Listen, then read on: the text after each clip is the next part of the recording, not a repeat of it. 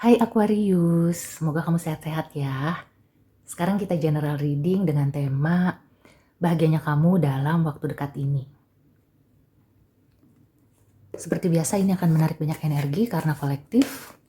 Jadi kalau kamu ingin lebih spesifik ya, lebih private, silakan booking personal reading.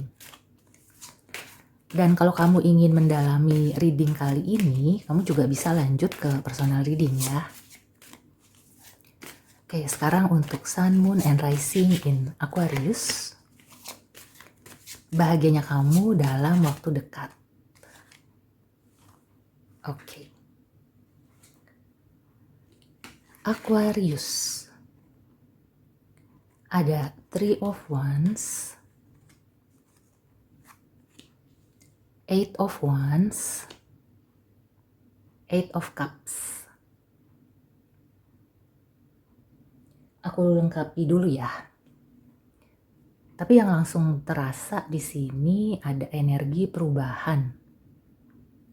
Perubahannya dari kayak mungkin kamu tuh udah nunggu sesuatu sekian lama, saking lamanya tuh kamu sampai lupa. Tiba-tiba terjadilah itu gitu ya. Dan akhirnya kamu bisa lega, bisa oke. Berarti itu jawabannya, aku sudah bisa melangkah lagi. Oh, I see.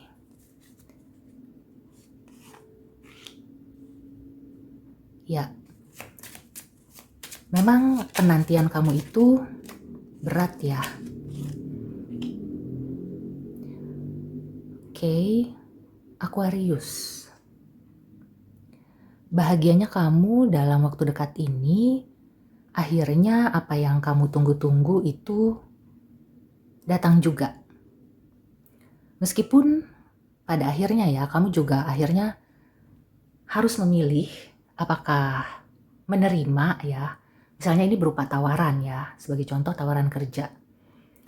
Kamu tuh udah nunggu atau kayak misalnya kamu ngelamar kerja udah dari tahun kemarin, dari beberapa bulan lalu, kamunya udah bosen dari yang tadinya excited sampai aduh udah deh gitu ya.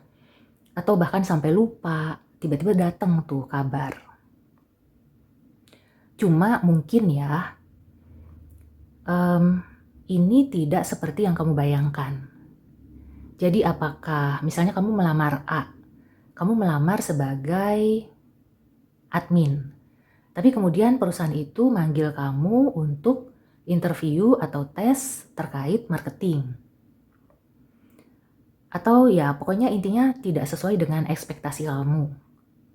Bisa juga mungkin lokasinya. Jadi misalnya kamu tuh melamar untuk yang di Jakarta, tapi kamu ditempatkan di luar kota, misalnya di luar pulau ya, di Kalimantan, di Sumatera atau di mana gitu. Yang kamu tuh merasa asing. Jadi mungkin kamu itu belum pernah ke sana atau memang kamu itu ya kurang suka gitu ya, tinggal jauh dari keluarga. Atau juga mungkin dari segi salary gitu ya. Jadi misalnya kamu tuh akhirnya diinfokan bahwa diterima, tapi salary-nya gitu tidak sesuai dengan apa yang sudah dinegosiasikan. Nah, di situ kamu akhirnya bisa berpikir gitu ya. Mungkin selama ini kamu kayak harap-harap cemas dan sebenarnya sih nggak menyangka juga ya, karena mungkin sudah terlalu lama atau nggak sesuai ekspektasi itu tadi. Akhirnya kamu tuh kayak ya udah deh, kalau misalnya kamu tidak menerima, tapi kamu tuh merasa lega. Dan itu salah satu kebahagiaan juga ya. Jadi kayak bisul yang pecah gitu ya. Yang tadinya udah ini gimana gitu ya. Misalnya kalau kamu itu merencanakan traveling, tapi aku tuh lagi nunggu kabar lamaran aku. Akhirnya kamu dapat kabar itu. Nah, setelah kamu pikir-pikir, ah ya udahlah kalau gitu sekarang aku mendingan traveling dulu. Kerjanya cari-cari lagi nanti setelah pulang traveling. Karena yang ditawarkan tidak sesuai.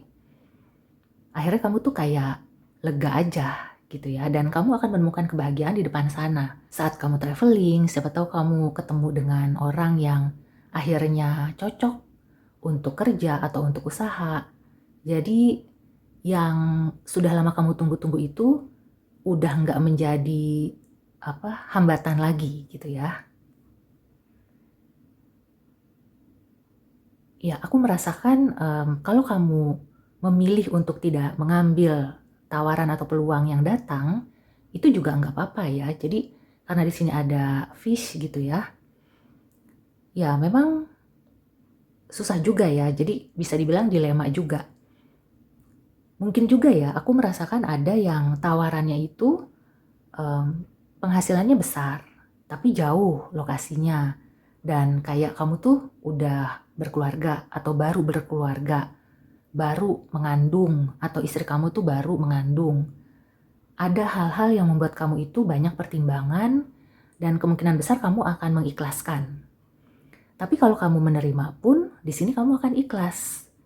Kamu maupun pasangan kamu atau keluarga kamu itu akan mengikhlaskan kamu untuk bisa pergi jauh ya, mencari nafkah.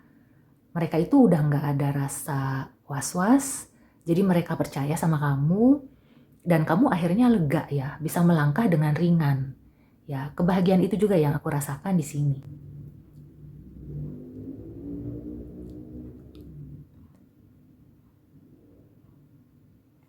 Kalau di percintaan, ini aku ada merasakan sedikit yang agak-agak negatif ya. Hanya sedikit ya, sebagian kecil dari kamu, mungkin kamu itu sudah curiga ya kalau pasangan itu berselingkuh. Atau misalnya kamu yang berselingkuh gitu ya. Kelihatannya memang di sini akan ada keputusan.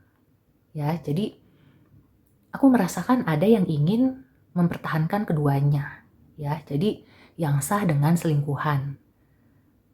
Tapi aku melihat juga di sini apakah kamu atau pasangan kamu, intinya ada satu yang ingin mempertahankan keduanya, ada satu yang mengalah. Nah, buat yang mengalah itu jangan merasa kalah. Karena kalau kamu memang sudah berpikir matang ya, dan itu adalah keputusan terbaik, kamu sudah pikirkan baik buruknya, kalau banyak buruknya ya berarti memang harus move on kan, harus meninggalkan. Kamu gak usah khawatir karena di depan sana akan ada sesuatu yang lebih baik lagi, jodoh yang lebih baik, rezeki yang lebih baik, kehidupan yang lebih baik untuk kamu.